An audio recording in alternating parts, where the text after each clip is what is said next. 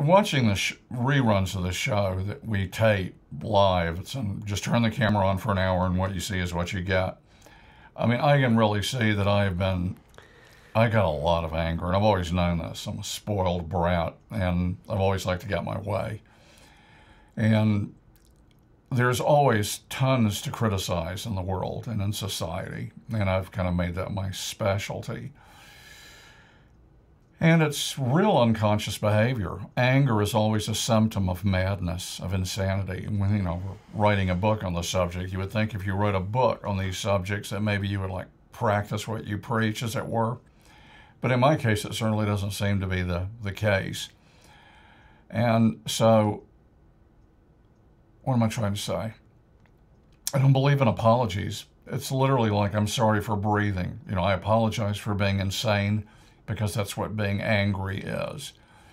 But I do, for the sake of it, for the form of it, to acknowledge that I've made a lot of people wrong, and I've used really demeaning terms like redneck and bumpkin and worse, describing people whose politics I don't see as valid. I grew up around racism, and one of the cornerstones that we've talked about on this show is the basis of all fear is the unknown, and the basis of all hatred is fear. If you're afraid of it, you hate it. If you hate it, you're afraid of it. And so anger is an expression of hatred. And I do hate the right wing. I hate George W. Bush and everything he stands for. And yet, when I have had trouble on the road, somebody who probably voted for George W. Bush would be the first one to stop and offer help. And I've seen that repeatedly. People whose politics I could not disagree with more, I don't think it's possible, are really decent people. And maybe what really keyed this in, there's an internet site called the Daily Howler by this incredible guy who was Al Gore's roommate. His name is Bob Summerby. Roommate in college, you mean? A roommate in college, I should say.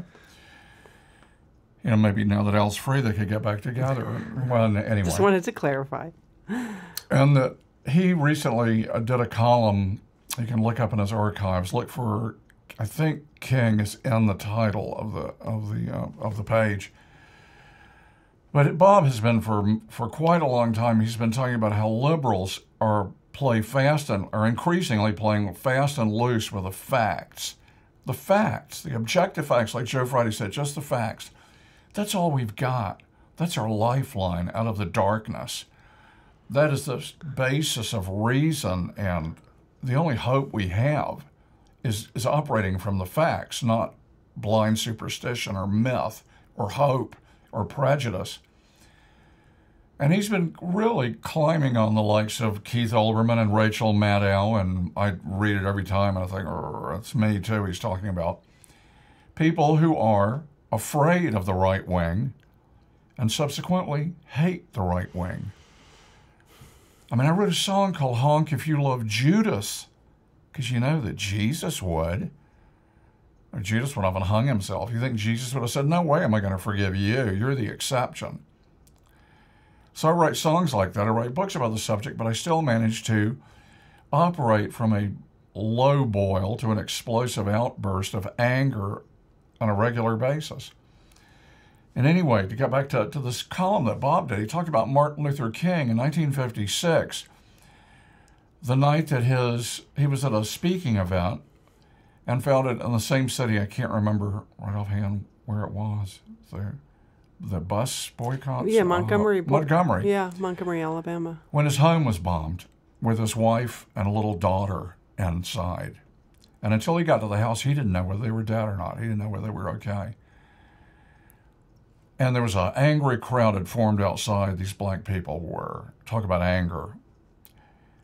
And some of them had weapons, and the police commissioner was having no effect in trying to calm them down. And King got up and called for silence, which was immediately respected. And he said, we can't hate. Have patience, calm yourselves. Anybody with a weapon, take it home.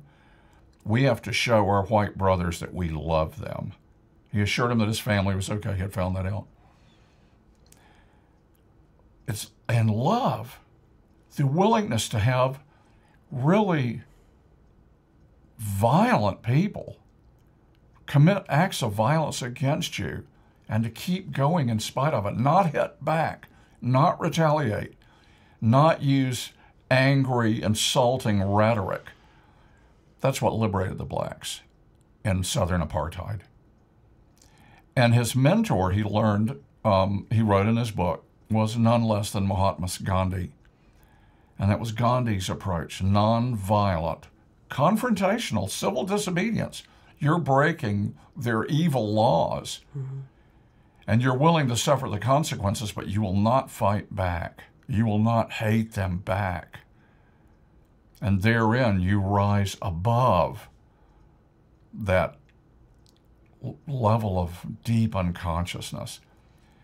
And how King realized, he wrote in his memoirs, oh, do you remember the name of the book? No. I actually looked it up in the library. And It was Marching Toward Freedom, I think. Striding Toward Freedom was the name of the book. His memoirs of the boycott, Montgomery bus boycott. And Gandhi said, there are many causes worth dying for. There is no cause worth killing for. And King took that to heart, and Mahatma Gandhi got the British Empire off of India. And the blacks, I've seen it with my own eyes, getting beaten savagely out of people who are pure ignorant. And that's what King got to. I'm sorry, I'm a little trying to remember all this. King said that he realized that these people who were the haters and who were doing the bombing, all of it, shots, shooting at him, these people were raised in that Southern system, and they couldn't help it. They were misinformed. Sound familiar? Sound a little bit like forgive them, for they know not what they do. If you're dealing with someone who's in an insane asylum, you have compassion toward them. You understand they're mentally ill. But the book that we're working on, and maybe one day I'll actually start manifesting in my life, is about that very thing. We think at this level in evolution, we are, in a very specific way, but a very real way, operationally insane, all of us. We confuse what's in our mind, in our minds, with what actually is, what we call objective reality. We confuse our subjective opinion with objective fact. And so for what it's worth, I apologize for being demeaning to the right wing, to George W. Bush, to Rush Limbaugh, to Glenn Beck. I don't want to hate you. If I hate you back, you've won. Because I think a lot of these people, that's their claim to fame. They're rabble rousers.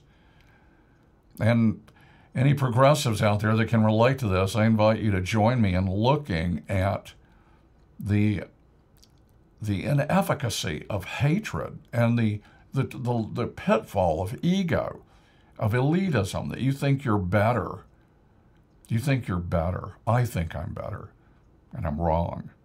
In fact, our first book, The Game of God, Recovering Your True Identity, gameofgod.com, says that who we really are is God in a state of amnesia, an expression of God in amnesia. Acronym is AOGA. So given that, God can't be better than God. And if we treated each other like that, like the old Eastern greeting, namaste, I bow to the God within you. You're not God, but God is in an amnesic state, lost, believing that God, it's you. So for what it's worth, I'll try to watch my anger and try to come from a slightly more compassionate place. It wouldn't be hard. Wow. Okay. That was really, really wonderful, Arthur. I have to say I really enjoyed that. And I was moved. If you wanted to look up the Daily Howler, dailyhowler.com, it's very moving. It was around September 3rd, September 4th, if you're looking in his archives, somewhere in that date range. And one of the things that was really moving to me about what Martin Luther King said that night, and he gave a few different versions. There's Parting the Waters is a wonderful history of the civil rights movement, and there's an account of that what Dr. King said that night in there.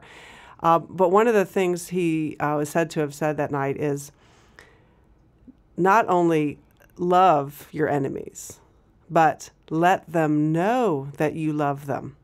And that really impacted me, because it's easy to, try to be compassionate and sit in your home and meditate and feel love in your little cubicle, in your little prayer closet, and then go out and just be ordinary during the daytime. But the real key is not just to sometimes feel it in your heart, but to let them know that you love them. And that's happening in your actions and when you're out there in the world around people. And that's when it gets hard. But that's the rubber hitting the road, is that your actions are expressing the love for those people. And that's when you're really going to make a difference with it, I would think. I mean, just there's that kind of new agey idea that if we all meditate and open up space in our consciousness through prayer and meditation for love to happen on the world, it'll just sort of just magically effervesce. All that hatred will effervesce and love will just come down, and we won't really have to change our behavior. It'll just sort of happen magically. And that's what that statement says to me is, we need to be out there. And that's what Dr. King did, was he was out there doing it with his actions. That's what his speaking on his porch that night was doing, was manifesting it, was letting them, the people. And he, when the police commissioner tried to speak after Dr. King, and the crowd booed him, and Dr. King said, no, let him speak. And didn't you understand what I just said? That's right. I mean, there he immediately gave an example.